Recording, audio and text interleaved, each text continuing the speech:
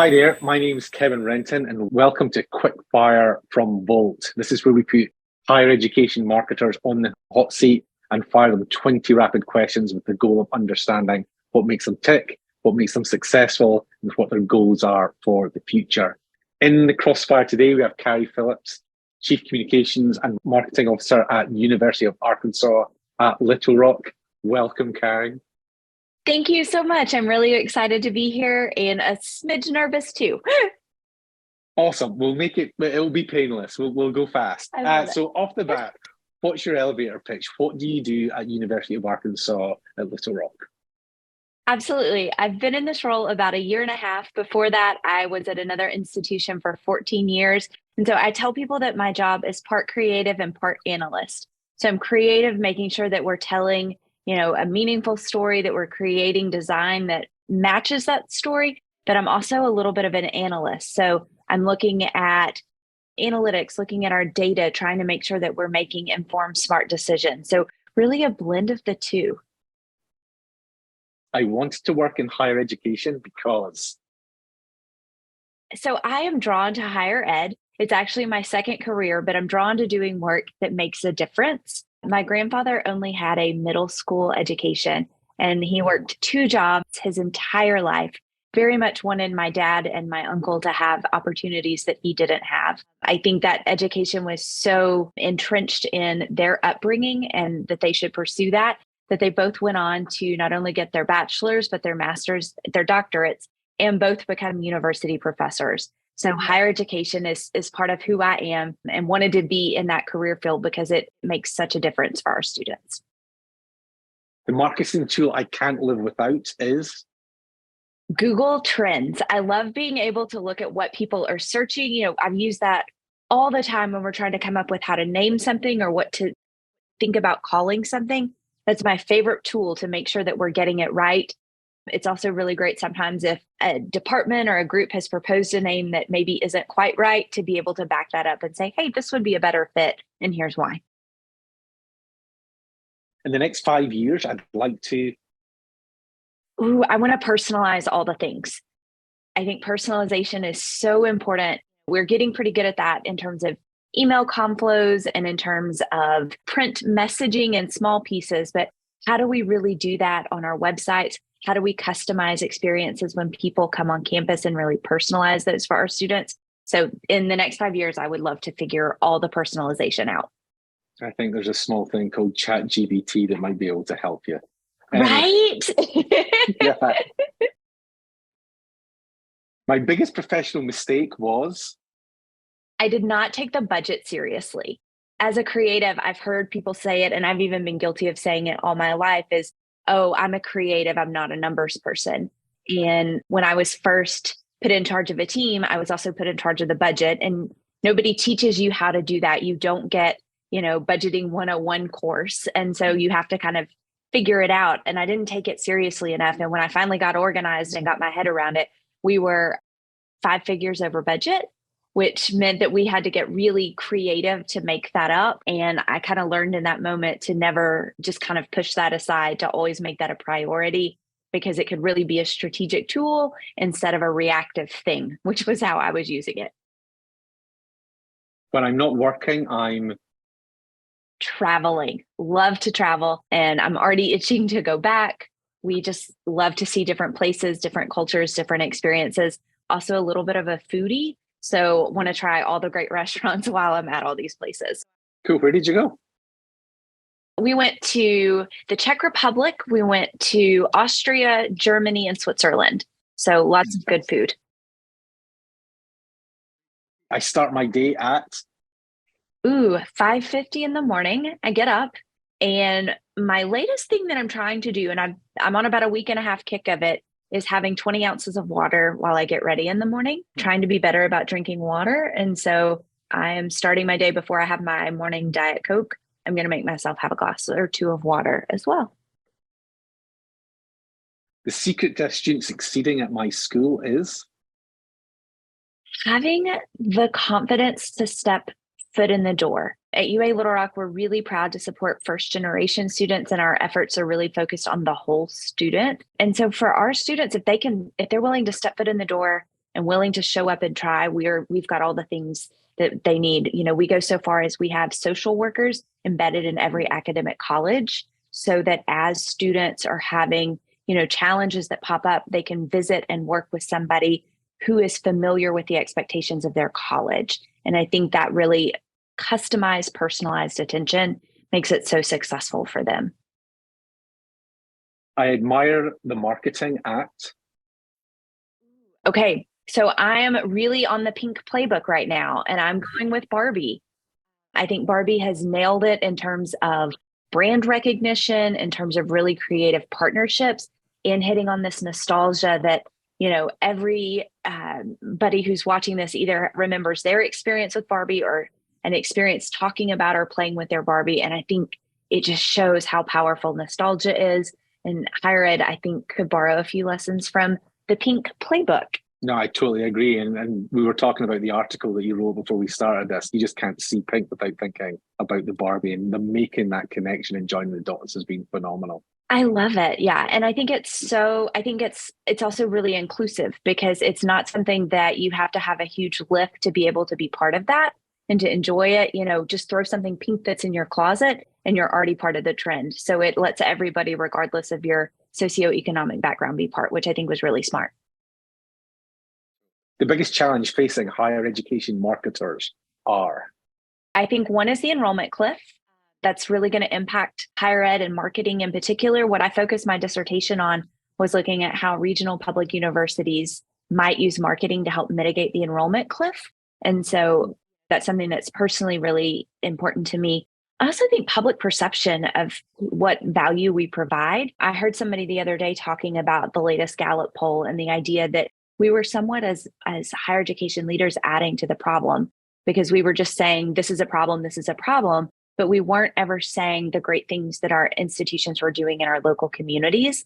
And so that's part of that kind of shift that I've had in my own mind is, yes, it's a challenge, but I think we have to also make sure that when we're talking about things, that we're talking about how strong of a community partner UA Little Rock is, how we are really working at creative ways to keep costs down for students. I think we've got to talk about that part of the narrative at the same time.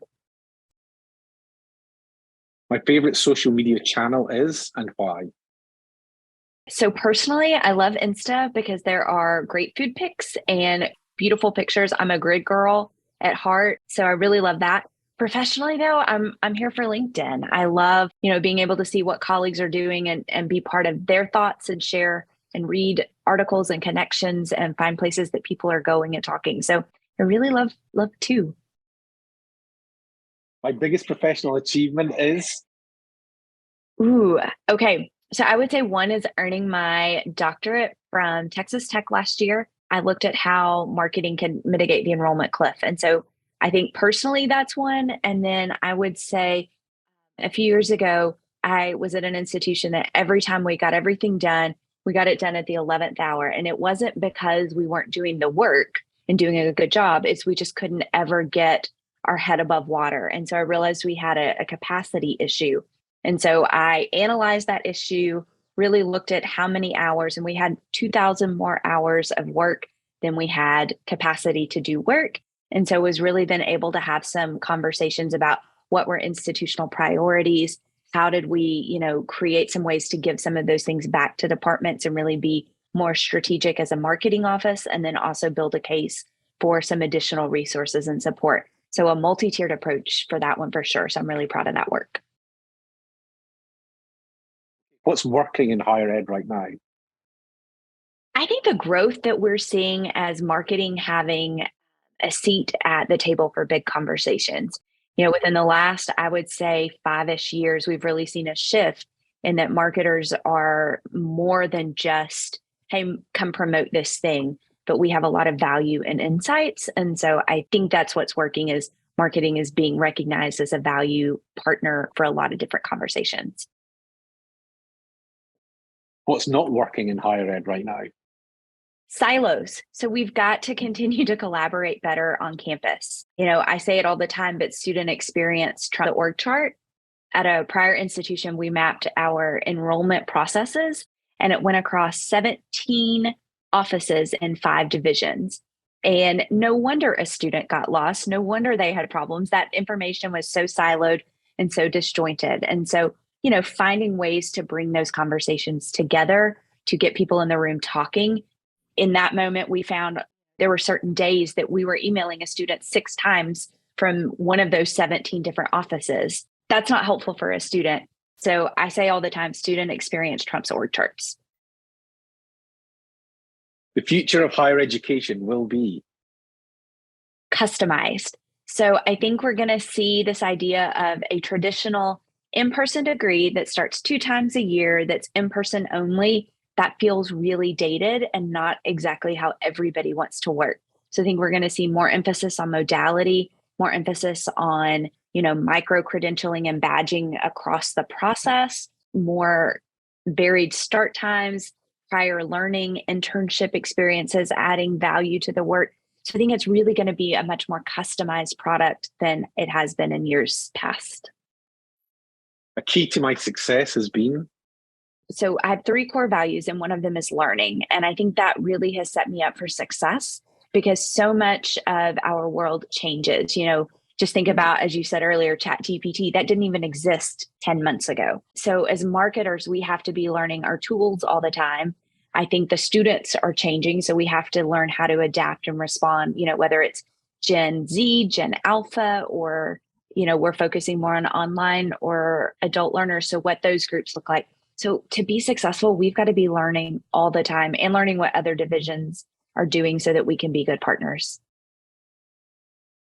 One thing I've learned about managing a team is? I started as a peer, and then I was named interim and then went on to become director.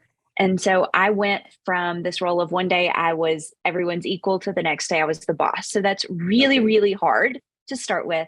So my thing I've learned is not to take on all the monkeys. And so let me explain. So I used to, people would come to me and say, hey, I need help. I sent so-and-so an email and they didn't respond. And I'd be like, oh, I'll handle that.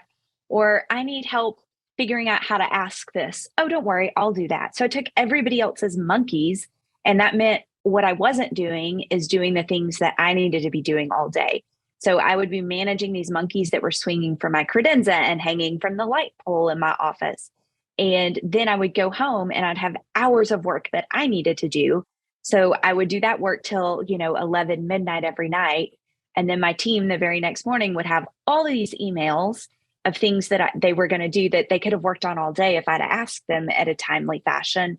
And I was exhausted. So it was not a good living what you preach about work-life balance. So learn how to coach people to take their own monkeys and manage those things a little better.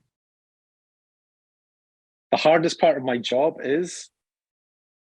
I think the pressure to do all the things to help all the people. There's simply just not enough time and enough resources to do everything. So having to have those tough conversations about what strategically makes the best sense to help move the needle in terms of growing enrollment, growing perception, growing funds from our advancement side of the house. And those aren't always fun conversations to have because everybody, rightfully so, thinks their thing is the most important thing. I love my job because?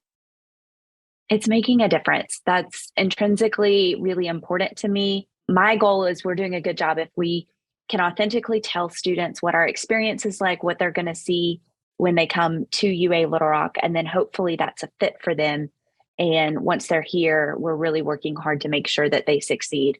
So helping them, see what we have to offer and realize that we're a university that's really committed to their success because it does change lives. That's awesome. Carrie, thanks for spending the time with us. If you haven't Thank read you. Carrie's article on Barbie, go into Volt and find the article. It's fascinating. But thanks for sharing your ideas and your experience at Arkansas. It's been great spending time with you. Thanks for having me. This was fun.